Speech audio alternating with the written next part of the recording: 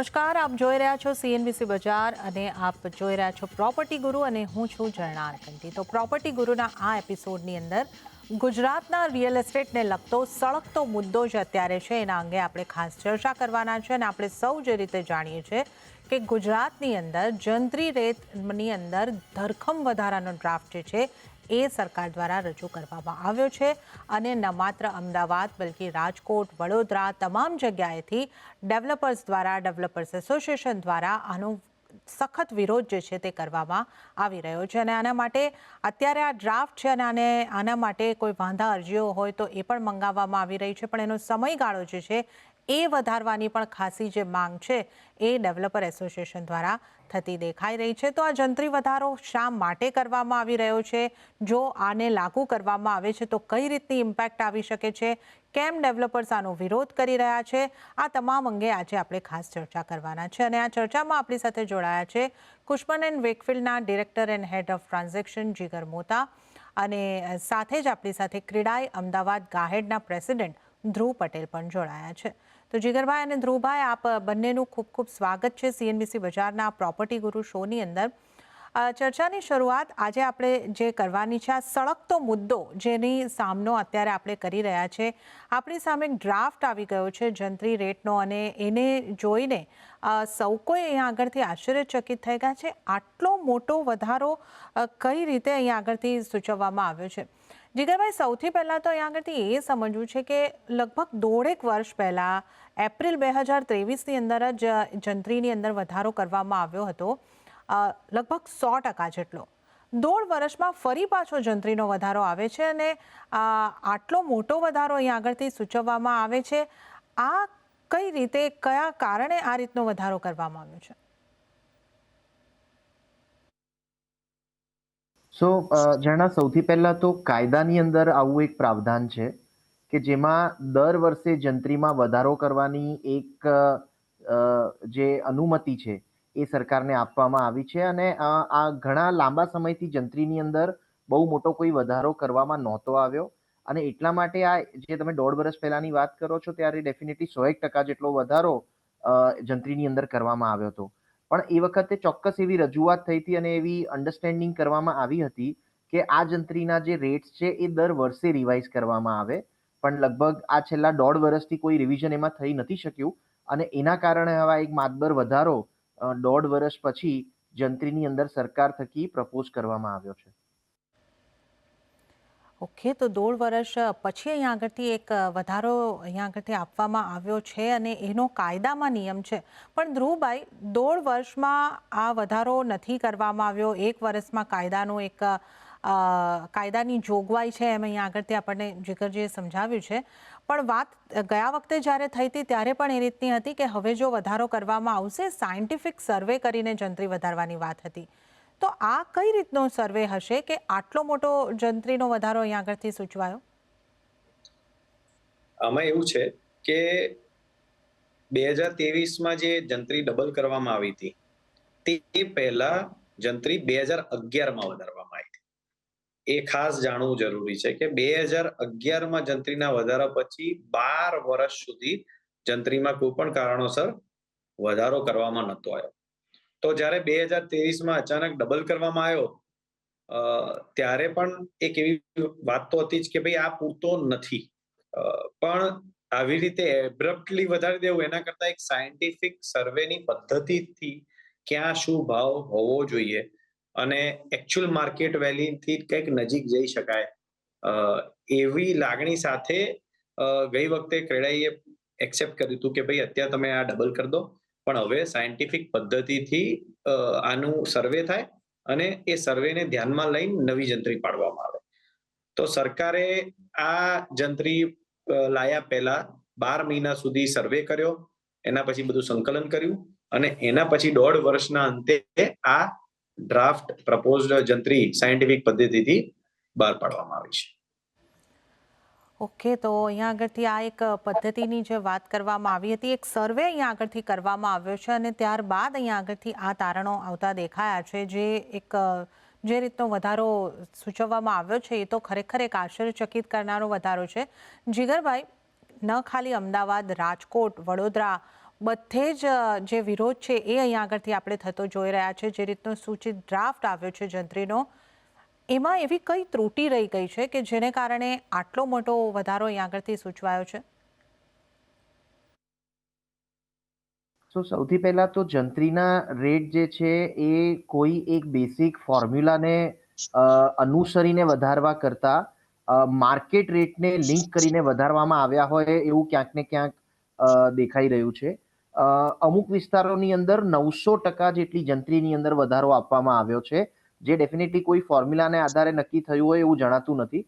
પણ એ સીધો market rate જે પણ ચાલતા હોય જે તે લોકલ માર્કેટની અંદર એને લિંક કરી અને જંત્રીને બને એટલું માર્કેટ રેટની નજીક લઈ જવાનો પ્રયાસ કદાચ અહીંયા સરકાર તરફથી કરતો જોવા મળ્યો છે.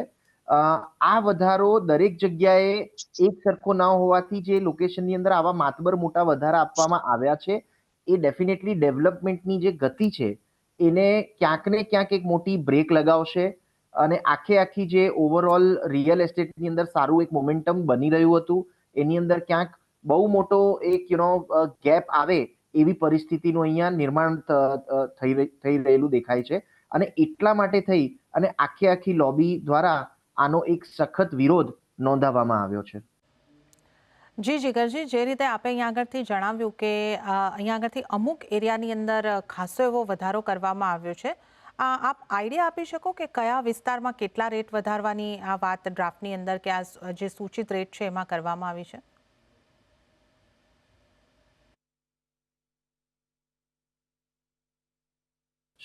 અલગ વિસ્તારમાં રેટ્સ ડેફિનેટલી અલગ રીતે વધારવામાં આવ્યા છે, પણ લાર્જલી જો આપણે જોવા જઈએ તો અમદાવાદની અંદર ગોધાવી કરીને વિસ્તાર છે જ્યાં લગભગ 900%નો એક માતબર વધારો પ્રપોઝ કરવામાં આવ્યો છે. આ પ્રકારનો જે વધારો છે એ હિસ્ટોરિકલી ક્યારે પણ જોવામાં નથી આવ્યો. જ્યારે 100% પ્રમાણે પણ જંત્રીમાં વધારો કરવામાં આવ્યો હતો ત્યારે પણ ઘણી બધી જગ્યાએ આનું એક અવળી અસરો આપણે જોઈ શક્યા હતા. આ એક બહુ જ મોટો વધારો સરકાર થકી પ્રપોઝ કરવામાં આવ્યો છે અને એનો સખત વિરોધ અત્યારે આખી લોબી દ્વારા થઈ રહ્યો છે. જી ધ્રુવભાઈ, આપની પાસે આવવા માંગીશ અને જે રીતે અત્યારે આપણે દ્રશ્યો પણ જોઈ રહ્યા છે કે આ સપ્તાહની અંદર આપણે જોયું અમદાવાદની અંદર પણ એક વિરોધ આપે ક્રીડાઈ સંગઠનનું નેતૃત્વ કરીને અહીં આગળથી નોંધાવ્યો છે. કલેક્ટર ઓફિસની મુલાકાત લઈને આપે પણ વાંધા અરજીઓ અહીં આગળથી આપી છે. આ જ રીતનું રાજકોટ ક્રીડાઈ દ્વારા પણ થયું છે, વડોદરાની દ્વારા પણ થયું છે. એક મૌન રેલીનું પણ આયોજન એક શહેરની અંદર કરવામાં આવ્યું છે. તો આખા રાજ્યભરમાં આનો વિરોધ અહીં આગળથી થઈ રહ્યો છે. તો મુખ્ય કયા મુદ્દાઓ રહ્યા છે જેને લઈને ક્રીડાઈ દ્વારા, ડેવલપર એસોસિએશન દ્વારા આ જંત્રીનો વિરોધ કરવામાં આવી રહ્યો છે? જંત્રી એક એવી વસ્તુ છે કે જે સ્ટેટના, રાજ્યના દરેક નાગરિકને ક્યાંક ને ક્યાંક અસર કરે છે. એટલે જ અત્યારે તમે જોઈ રહ્યા છો કે આખા સ્ટેટમાંથી આનો બળાપો બહાર નીકળી રહ્યો છે. હવે આમાં 2-4 સેગમેન્ટ છે, તમને ખાલી આઈડિયા આપું અને પછી શું પ્રોબ્લેમ આવે એ પણ તમને કહું. તો પહેલો છે કે જે જમીન ધારક છે, પછી એ ખેડૂત હોય, કોઈ માલિક હોય, કોઈ ઇન્વેસ્ટર હોય કે આગળ જતા કોઈ ડેવલપરે પ્રોજેક્ટ માટે જમીન ખરીદી હોય એ બાબત હોય. તો જમીનની અંદર જે ન્યૂ ટેન્યોર લેન્ડ કે અલગ પ્રકારની હેતુથી જે હેતુફેર કરવામાં આવે છે, લેન્ડ પ્રીમિયમ્સ ભરવાની જે વાત હોય છે, એ લેન્ડ પ્રીમિયમ્સ જંત્રીથી લિંક્ડ હોય છે. તો જીગરભાઈએ જે કીધું એવો જ એક દાખલો સિમ્પલ તમને હાઇપોથેટિકલી કહું કે જ્યાં 900% વધારો એક ગામમાં થયો છે, ત્યાં આગળ મારે પ્રીમિયમના 5 લાખ રૂપિયા ભરવાના હતા, આજે એ જગ્યાએ મારે 50 લાખ રૂપિયા આશરે ભરવાના થશે. તો એ લેન્ડ કન્વર્ઝન માટે પછી એ ખેડૂતની જમીન હોય, ઇન્વેસ્ટરની હોય કે ડેવલપરને ત્યાં આગળ એક પ્રોજેક્ટ મૂકવો હોય, તો ત્યાં આગળ એ કોસ્ટ એની 10x થઈ ગઈ આ દાખલામાં. એનાથી આગળ સેકન્ડ સ્ટેપમાં વધીએ તો એ ડેવલપરે ત્યાં આગળ મકાન બનાવવા છે. તો મકાન બનાવવા માટે અલગ ઝોન પ્રમાણેના FSI ના ચાર્જીસ ભરવાના થતા હોય છે ગવર્મેન્ટને, ડેવલપમેન્ટ રાઇટ્સ પ્રોક્યોર કરવા માટે. તો એ સંજોગોમાં પણ એ જંત્રીથી લિંક છે. તો આ જ દાખલાથી જોવા જઈએ કે મારે FSI ના આખા પ્રોજેક્ટમાં દાખલા તરીકે 2 કરોડ રૂપિયા ભરવાના હતા, તો આજે 10 કરોડ, 15 કરોડ કે 20 કરોડ જ્યાં જેવી જંત્રી મલ્ટીપ્લાય થઈ છે એ પ્રમાણે ભરવાના આવે. તો એ પ્રોજેક્ટ કોસ્ટમાં એડિશન થાય. ત્રીજો બાબતે આવે તો કસ્ટમર, કે કન્ઝ્યુમર જે ખરીદનાર વર્ગ છે, ઇન્વેસ્ટર હોય કે કોઈને ઓફિસ લેવી હોય કે કોઈ મકાન ખરીદવું હોય કોઈને એના દીકરા માટે, દીકરી માટે, ફેમિલી માટે, તો એ લોકોને અસર શું થાય? તો પહેલા તો લેન્ડ રેવન્યુ નો કોસ્ટ એડ થાય કોસ્ટમાં, પછી એફએસઆઈ ના ચાર્જીસ જે અમે એ કોસ્ટમાં એડ થાય, એટલે ઇવેન્ચ્યુઅલી પ્રોપર્ટી મોંઘી થાય. એનાથી આગળ એ જ્યારે એ રજીસ્ટ્રેશન કરાવવા જાય ત્યારે સ્ટેમ્પ ડ્યુટી અને જે રજીસ્ટ્રેશન ચાર્જીસ છે, તો સ્ટેમ્પ ડ્યુટી પણ જે ભરતા હતા એના કરતા એટલા જ ઘણી જે જંત્રીના રેફરન્સથી ભરતા હતા એની અંદર ઘણો મોટો ફરક પડી જાય. તો આ બધું ભેગું કરવા જઈએ તો જમીન, ડેવલપમેન્ટ અને સરકારના ટેક્સીસ એ બધું ભેગું થઈને ગ્રાહકને ઓન એન એવરેજ સરેરાશમાં, કોઈક જગ્યાએ થોડી વધારે હોય, કોઈક જગ્યાએ ઘણો વધારે હોય, પણ સરેરાશમાં 30 થી 40% પ્રોપર્ટી મોંઘી થઈ જાય. અને એના કારણે જ અત્યારે ગુજરાત આખામાં આ રોષ જે દેખાઈ રહ્યો છે કે આટલી બધી પ્રોપર્ટી મોંઘી થશે તો આખું ડેવલપમેન્ટ મોડેલ જે ગુજરાતનું છે કે ડેવલપમેન્ટ ક્ષેત્ર એટલે રિયલ એસ્ટેટ સેક્ટર છે એ સ્ટેન્ડ સ્ટીલ પર આવી જશે, કારણ કે કોઈને પોસાઈ જ ના શકે આટલો ધરખમ વધારો. અને એટલે આખી આ જે તમે જોવો છો લોકો રોડ પર આવી ગયા કે જે રિએક્શન સ્ટ્રોંગ જોવા મળી રહ્યા છે આખા રાજ્યમાંથી, એ આના બેઝિક કારણો છે. ઓકે, તો આ એક મહત્વનો મુદ્દો છે કે જે મુખ્ય પોઈન્ટ આપણે અહીંયા આગળથી સમજી શકીએ છીએ. બે મોટી અસરો અહીંયા આગળથી દેખાઈ રહી છે. એક તો લગભગ જે રીતે અહીંયા આગળથી આપણને ધ્રુવભાઈએ સમજાવ્યું છે કે ડેવલપર્સ માટે પ્રોજેક્ટ જે છે એ અનવાયબલ બનતા દેખાઈ રહ્યા છે જો આટલો મોટો ધરખમ વધારો જંત્રીનો ઝીંકી દેવામાં આવે છે તો, અને એની સીધી ઇમ્પેક્ટ જે છે એ ગ્રાહક ઉપર આવશે, ઘરની કિંમત વધશે અને જે સરકારને સ્ટેમ્પ ડ્યુટી વગેરેના જે ચૂકવવાની છે એ પણ વધી જશે. તો 30 થી 40% એક સરેરાશ વધારો ઘરને ખરીદવાની અંદર આવે તો આ એક બહુ જ મોટો વધારો છે અને આને કારણે કદાચ ઘણા બધા એવા ઘર ખરીદનાર ઈચ્છુકો હશે કે જેમનું સપનું અહીંયા આગળથી ઘર ખરીદવાનું જે હોય એ રોડાતું દેખાઈ શકે છે. ધ્રુવભાઈ, તો જે રીતના રજૂઆતો અહીંયા આગળથી ઠેર ઠેર થઈ રહી છે, આવેદનપત્રો જે રીતે દરેક શહેરમાં કલેક્ટરને આપવામાં આવી રહ્યા છે, આપ સરકાર સાથે પણ વાત કરતા હશો, કઈ રીતનો પ્રતિસાદ આપને મળી રહ્યો છે? જે આપની મુખ્ય માંગણી છે, હજી આનો જે સમયગાળો આપવામાં આવ્યો છે વાંધા અરજીઓ આપવાનો એને વધારવાનો, તો 1 મહિનાનો લગભગ સરકારે એક વધાર્યો છે, પણ હજી આપની માંગ છે માર્ચ સુધી વધારવાની. તો કઈ રીતનો પ્રતિસાદ, કઈ આપની જે રજૂઆતો છે એને સરકાર સાંભળી રહી છે, પ્રતિસાદ આપી રહી છે? પ્રાઇમા ફેસી અમે લોકોએ કડાઈ ગુજરાત તરીકે અને દરેક શહેરોએ એવી 2 સ્ટેપમાં સ્ટ્રેટેજી ડિવાઇસ કરી છે. પહેલી સ્ટેપની અંદર અમારું જે રજૂઆત સરકારને છે જે 3-4 મુદ્દા છે, જેમ કે 1 વર્ષ આખી સરકારી મશીનરી લાગુ પડી અને સર્વે કર્યો અને પછી બધું સંકલન કરીને 1.5 વર્ષે જંત્રી તમને સાયન્ટિફિક પદ્ધતિથી સર્વે કરીને બહાર પાડી. એની અંદર 40,000 વેલ્યુ ઝોન છે અને લાખો જમીનો છે. હવે તમને સરકારને આખી મશીનરીને લાગીને પણ આટલો સમય લાગ્યો તો ગુજરાતના 6.5 કરોડ કે 7 કરોડ નાગરિકોને એમની લગતી જે પણ જમીનો હોય એની અંદર વાંધા સૂચનનો ખાલી ફક્ત 30 દિવસ સમય આપો એ પૂરતો નથી. એટલે સૌથી પહેલી વસ્તુ અમે રિક્વેસ્ટ કરી સરકારમાં કે ભાઈ મિનિમમ 31 માર્ચ સુધીનો તમે સમય આપો. સમય આપશો તો ગ્રાઉન્ડ લેવલની, ખેડૂત લેવલની કે નાનામાં નાના માણસનો અવાજ સરકાર સુધી પહોંચી શકે, એની તકલીફો, વાંધા સૂચનો પહોંચી શકે.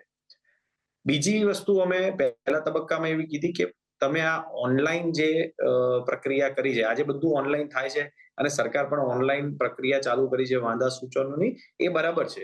પણ સાથે સાથે નાનામાં નાના વર્ગને જ્યાં આગળ એજ્યુકેશન હજુ એટલું ના હોય, અવેરનેસ ના હોય, એ લોકો ગામડાનો ખેડૂત પણ ત્યાં તલાટી લેવલ પર જઈને પણ એક ફોર્મ ભરીને એનો વાંધો ત્યાં દર્શાવી શકે અને એ ઓફિશિયલી એક્સેપ્ટ કરવામાં આવે તો નીચલા સ્તરથી લઈને ઉપલા સ્તરના અર્બન એરિયાના લોકોની વાંધા સૂચનો સરકાર સુધી પહોંચે, એ અમારી બીજી માંગણી છે. તો બધાને આવરી લેવાય ને બધાના સૂચનો અને વાંધાઓ છે સરકાર સુધી પહોંચે, એના માટેની અમારી આ પહેલો સ્ટેપ છે કે ભાઈ સમય આપો 31 માર્ચ સુધીનો, જેની સામે સરકારે પણ 2 વસ્તુમાં સારો પોઝિટિવ અપ્રોચ બતાવ્યો છે. ઓફલાઈન અને ઓનલાઈન બંને પદ્ધતિથી વાંધા સૂચનો લેવામાં આવશે, એના માટેની જે મશીનરી ગોઠવવાનું એનું કામ ચાલુ થઈ ગયું છે અને અત્યારે 1 મહિનાનો એક્સટેન્શન એમને આપ્યો છે. અમારું હજુય આગ્રહ છે કે તમે સરકાર એક પોઝિટિવ રીતે જોઈ રહ્યા છો અને અમારી રિક્વેસ્ટ પ્રમાણે તમે એ વસ્તુ માન્ય રાખી, પણ હજુ પણ 1 મહિનો ઇનફ નથી. એટલે મિનિમમ 31 માર્ચ સુધી એક્સટેન્ડ કરો અને પહેલા તબક્કામાં આ ઓફલાઈન તમે અરજી લેવાનું ચાલુ કરો. અને એના પછી તમે એ જુઓ કે આ જે સાયન્ટિફિક પદ્ધતિથી જે સર્વે કરેલો છે અને જંત્રી બહાર પાડવામાં આવી છે, એ પ્રાઇમા ફેસી જોતા એવું લાગતું નથી કે સાયન્ટિફિક પદ્ધતિથી થયું છે કે કઈ રીતે થયું છે એ અમારે સમજવું છે.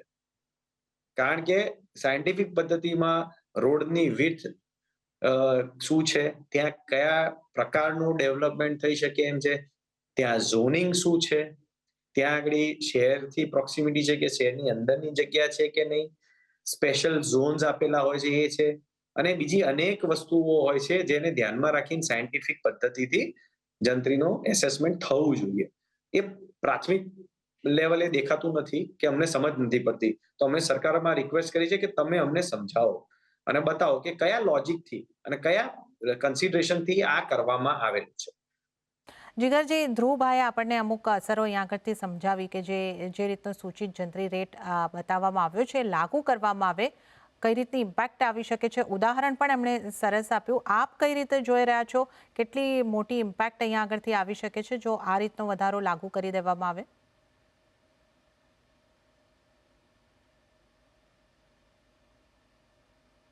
સો લાર્જલી ઝરણા આની છે ને 3 રીતે ઇમ્પેક્ટ આપણે આવતી જોઈ શકીશું. સૌથી પહેલી જે ઇમ્પેક્ટ આવશે એ આવશે ડેવલપમેન્ટ માટેનું જે સૌથી મોટું રો મટીરિયલ છે એ લેન્ડ લેવલ ઉપર. કારણ કે આની અંદર જ્યાં જંત્રીના ભાવ વધશે ત્યાં સેલ ડીડનું જે સ્ટેમ્પ ડ્યુટી રજિસ્ટ્રેશનનો ખર્ચો હોય છે એમાં એક માતબર વધારો જોવા મળશે.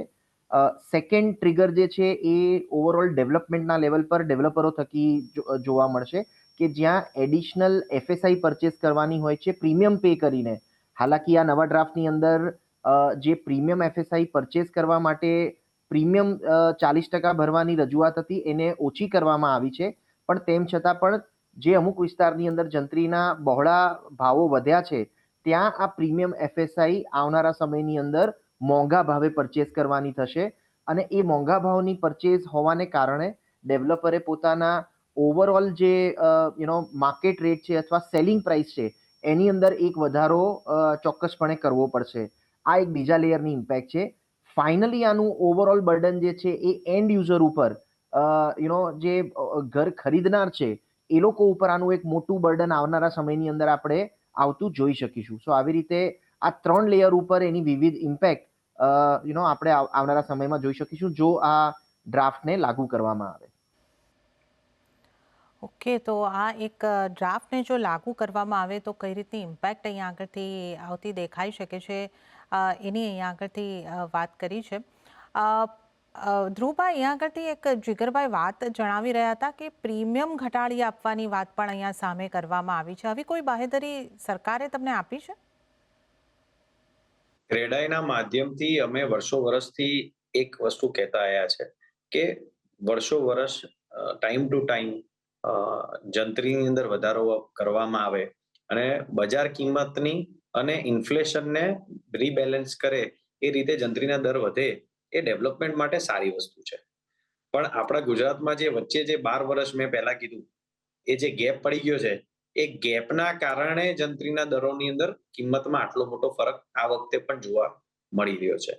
તો as a developer organisation, as a developer, જંત્રી વધે એનાથી અમે સહમત જ છીએ, પણ તમે કઈ રીતે વધારો એ અગત્યનું છે. તો એના સુઝાવો આપતી વખતે અમે એ વખતે આ જે જંત્રીથી લિંક્ડ પ્રીમિયમ્સ, જંત્રીથી લિંક્ડ એફએસઆઈ છે એના માટેના સુઝાવો આપેલા, અને લાસ્ટ ટાઈમ જ્યારે જંત્રી વધી હતી ત્યારે જે પ્રીમિયમના ભાવ હતા એનો સ્લેબ ઘટાડવામાં પણ આવ્યો હતો. એ વખતે પણ વાત હતી અને અત્યારે પણ એ જ વાત છે કે તમે એ રીતે ફોર્મ્યુલા કરો કે દર વખતે જ્યારે જંત્રીનો વધારો આવે ત્યારે ફરીથી એ સ્લેબ રિવિઝિટ ના કરવા પડે.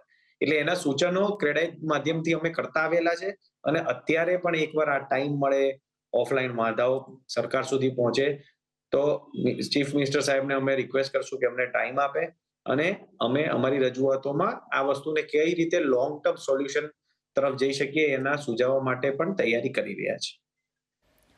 ઓકે, તો આ કઈ રીતના અહીંયા આગળથી જંત્રીનો વધારાની ઇમ્પેક્ટ આવતી દેખાઈ રહી છે અને કઈ રીતે આ વધારો કરવામાં આવ્યો હોત તો જરા અમલીકરણ પણ સરળ બન્યું હોત એની આપણે વાત કરી રહ્યા છે. તો જીગરજી, આપના મતે જંત્રીનો વધારો કઈ રીતે કર્યો હોત તો સારું રહ્યું હોત કે અમલીકરણ પણ સરળ હોત અને બધાને એને અપનાવવું પણ સરળ રહ્યું હોત?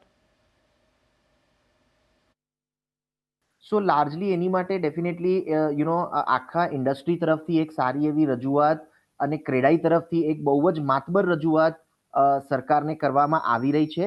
પણ જો આપણે એક સિમ્પલ થોટ પ્રોસેસની વાત કરીએ તો લોકેશન સ્પેસિફિક જંત્રી રેટના બદલે જો આપણે પ્રોડક્ટ સ્પેસિફિક જંત્રી રેટમાં વધારો કરવાનું એક વલણ સરકાર અપનાવે તો ડેફિનેટલી ક્યાંક ને ક્યાંક અફોર્ડેબલ હાઉસિંગ જે છે એને એક આ ઇમ્પેક્ટમાંથી આપણે થોડા ઘણા અંશે બચાવી શકીએ છીએ. કારણ કે ડેફિનેટલી અફોર્ડેબલ હાઉસિંગની જ્યાં આપણે વાત કરતા હોઈએ ત્યાં ટિપિકલી મિડલ ક્લાસ જે હોય છે એ લોકો પોતાના ઘર ખરીદતા હોય છે, જે લોકોના બજેટ બહુ મોટા હોતા નથી. અને એક મિડલ ક્લાસ માટે પોતાનું એક ઘર ખરીદવું લાઈફ ટાઈમમાં એ જ એક મોટી વાત બની રહેતી હોય છે. સો આ એક આખી સિચ્યુએશનનો તાગ મેળવીને જો સરકાર એક પ્રોડક્ટ સ્પેસિફિક જંત્રીની વાત કરે કે જ્યાં હાઈ એન્ડ લક્ઝરી પ્રોજેક્ટની અંદર કદાચ એની ઇમ્પેક્ટ એ પ્રમાણે આપવામાં આવે અથવા હાયર ઇમ્પેક્ટ આપવામાં આવે અને જે અફોર્ડેબલ હાઉસિંગ છે એના ઉપર આ જંત્રીની એક લોઅર ઇમ્પેક્ટ કેવી રીતે આપી શકાય એનો જો કોઈક મુસદ્દો તૈયાર કરવામાં આવે તો ડેફિનેટલી ઓવરઓલ એક અફોર્ડેબલ હાઉસિંગને આ આખી મોટી ઇમ્પેક્ટ અથવા એક મોટા ઝટકામાંથી બચાવી શકાય છે. ઓકે, તો આપણે જે જંત્રી દરનો વધારો સૂચિત કરવામાં આવ્યો છે અને લાગુ કરવામાં આવે તો કઈ રીતની સમસ્યાઓ આવી શકે છે અને આનું જો સરળીકરણથી જંત્રીનો વધારો એ થાય પણ યોગ્ય રીતે થાય એ અહીંયા આગળથી ખાસ જરૂરી છે અને એ અંગેની આપણે ખાસ ચર્ચા કરી. હજી ઘણી લાંબી ચર્ચા થઈ શકે છે પણ સમયનો અભાવ છે. તો જીગરજી આપનો અને ધ્રુવભાઈ આપનો પણ ખૂબ ખૂબ આભાર અમારી સાથે જોડાવા બદલ અને આ ખાસ ચર્ચામાં ભાગ લેવા બદલ. તો આ સાથે પ્રોપર્ટી ગુરુના એપિસોડમાં હાલ પૂરતું આટલું જ, પરંતુ આપને ફરી એક વખત યાદ કરાવી દઉં કે પ્રોપર્ટીને લગતા આપના કોઈ પણ સવાલ હોય અમને લખી મોકલાવો. અમારું ઈમેલ એડ્રેસ છે propertyguru@nw18.com. તમારા પ્રશ્નનો અમે નિષ્ણાતો દ્વારા જવાબ અપાવવાની પૂરેપૂરી કોશિશ કરીશું.